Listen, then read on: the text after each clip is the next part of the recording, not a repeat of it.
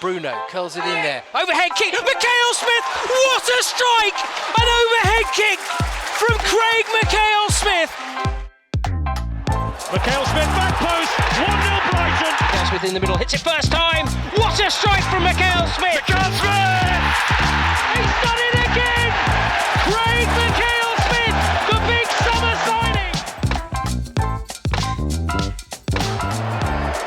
Mackail-Smith. Oh, he scored! 2 goals in a minute. I just want to take you back to when you joined Albion, because you'd been at Peterborough, you'd had enormous success there, scored loads of goals.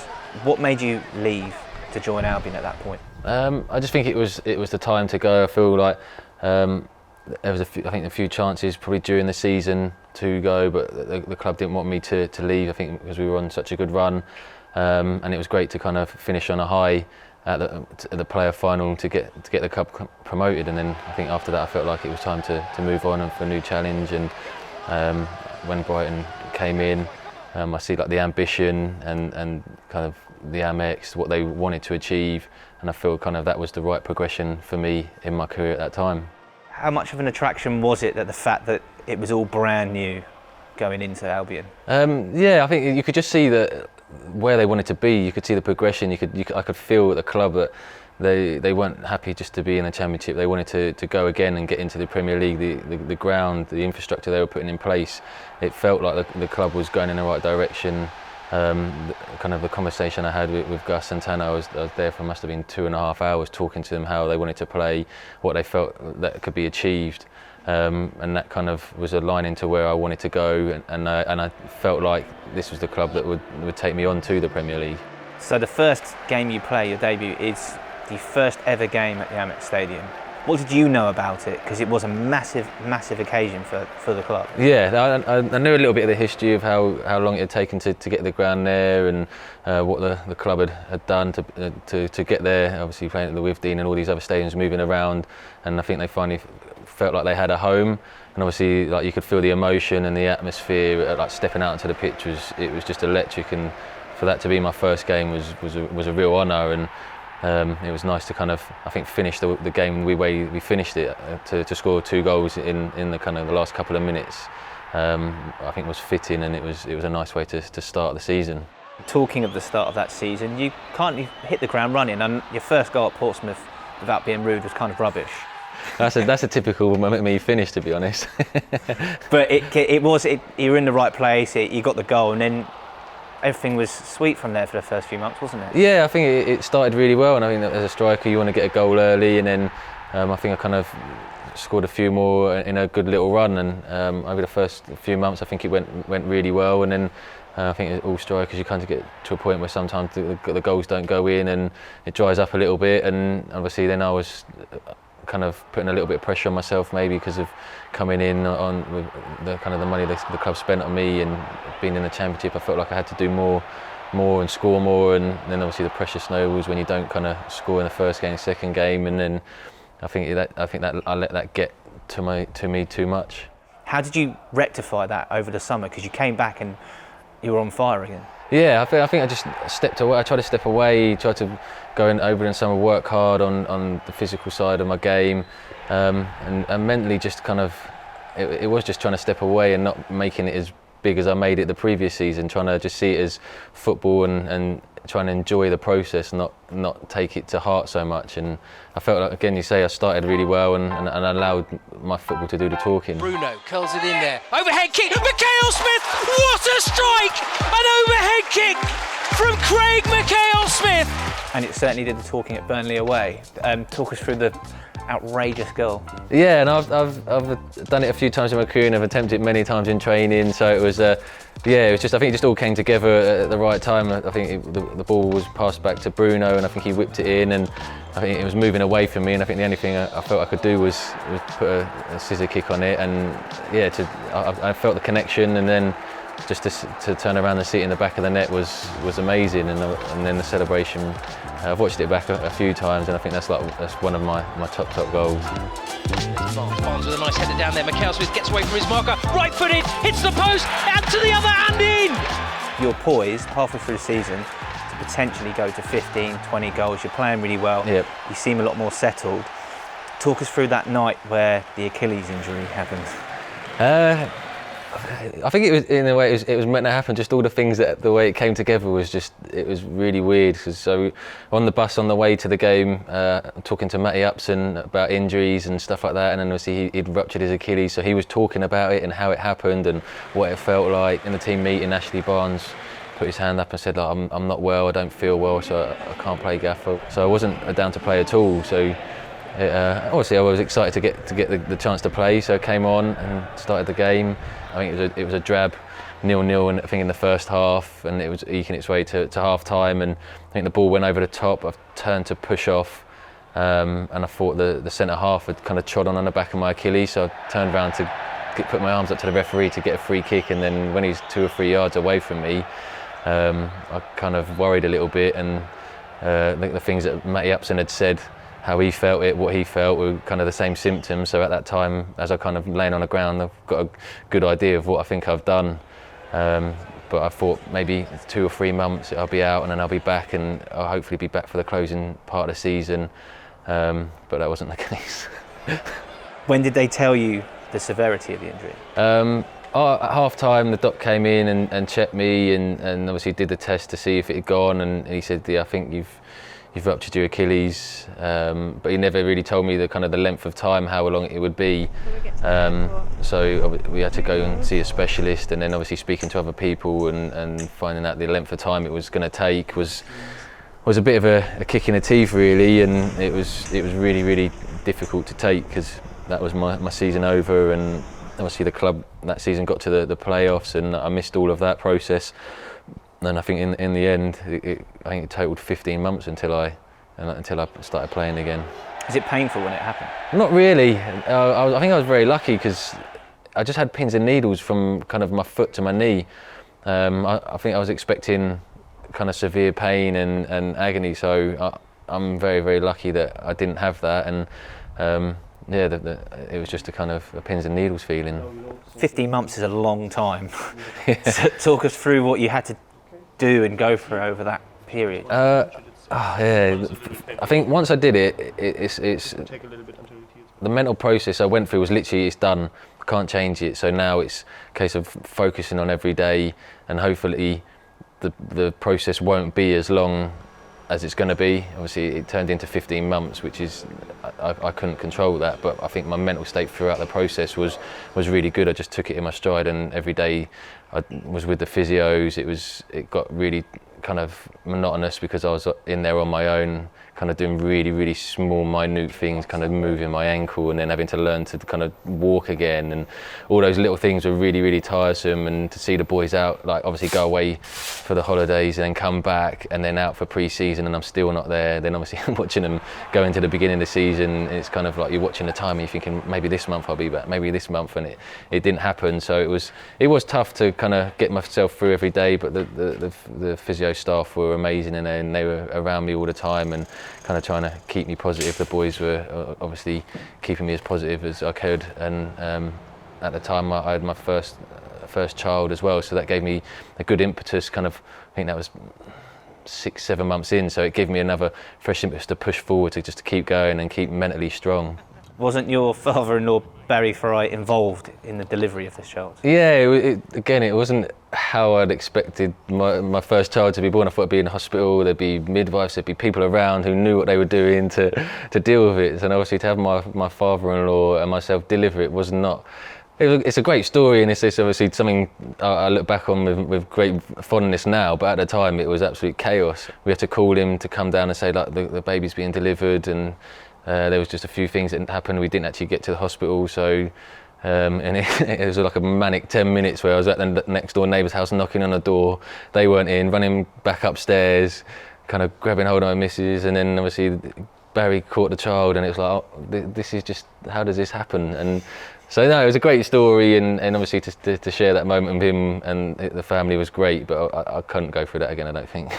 I mean, Barry is obviously well known in football, quite a big character. You obviously know him probably more intimate, well, particularly intimately now. He's helped deliver your child.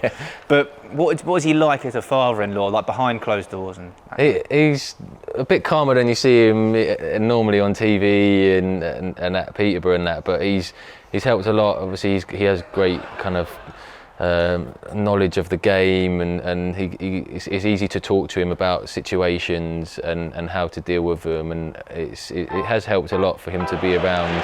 Lualua. On he'll go. Mackail-Smith. Into what he shot! When you did come back to Albion from your injury, there was a particularly iconic delivery that you put in on the final day at Forest.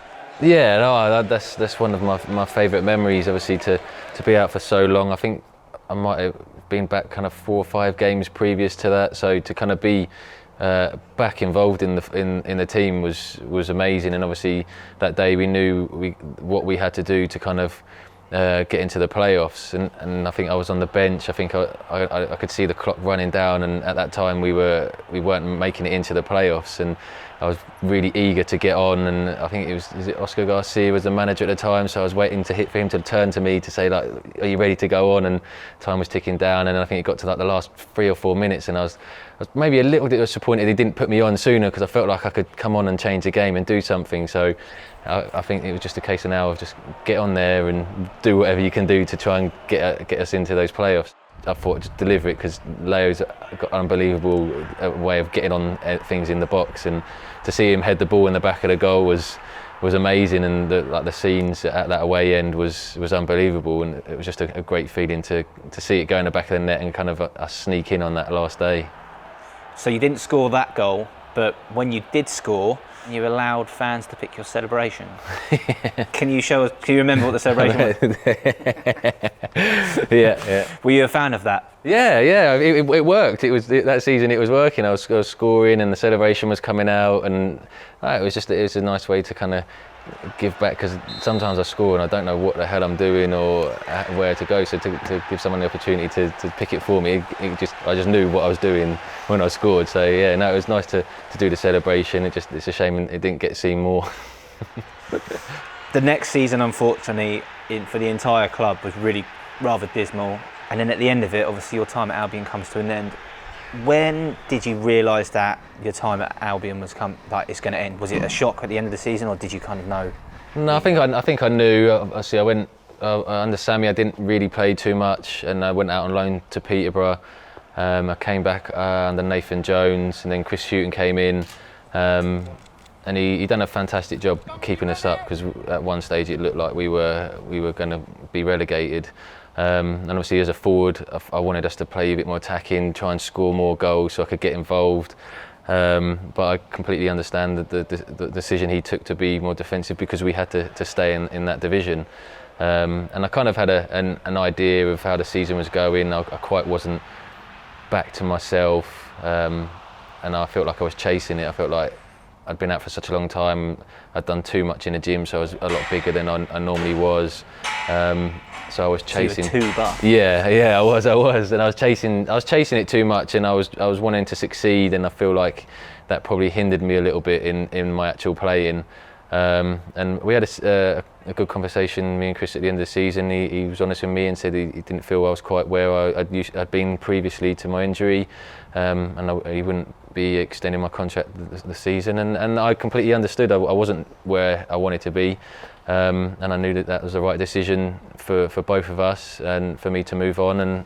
And it's a shame it came to an end, because I love my time there, even with the injury. I think it's a fantastic club, and I knew, as I say, I knew where the club was going, and I wanted to be part of that. And it's a shame I couldn't be, but I still look back with fond memories, and I still always keep an eye out on them now.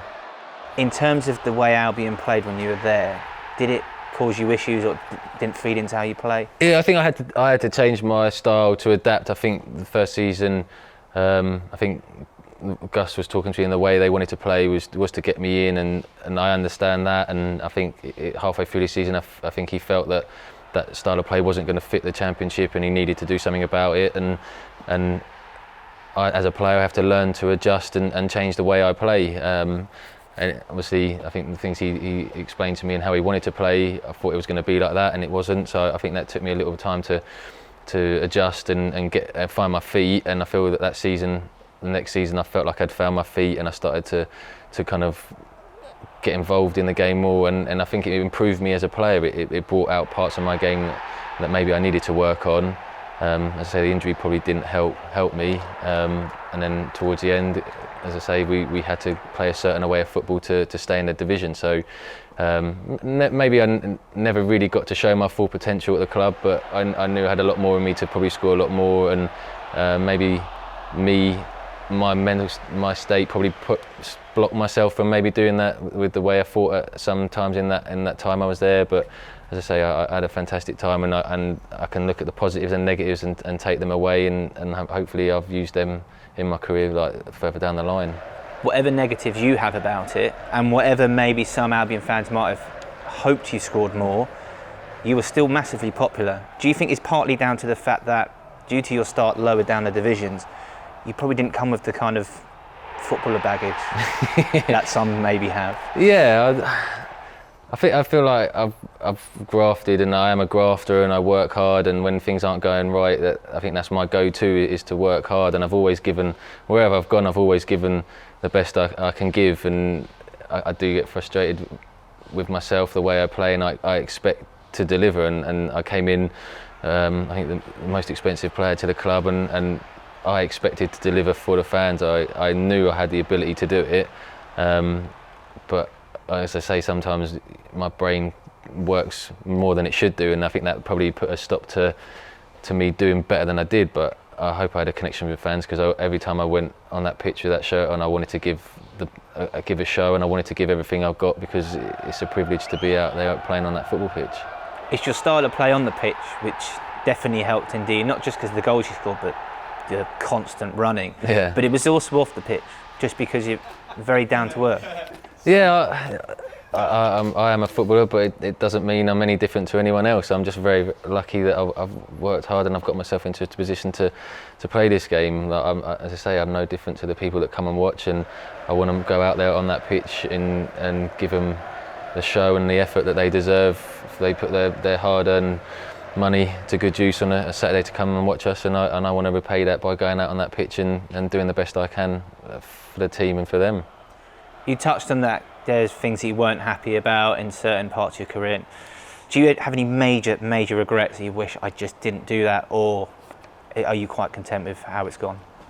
I wish I believed in myself, and kind of, sounds weird, but like I love myself more. I've put myself down too much. I think through that period I put myself down because I came with a big price tag, and I didn't wasn't achieving what I expected. I kind of would down talk myself instead of kind of giving myself love and saying like, you're doing well, like look where you've got to, blah blah blah, and all these things which I think would have propelled me in the right direction. I kind of took my power away from myself, and I highlighted all the negatives, and I think that kind of played in the role of doing really well. Then something didn't go right, and then I put myself down, and then it kind of put me back into my shell. And I think if I'd talked to myself better, I think I would have achieved more than I did at the club.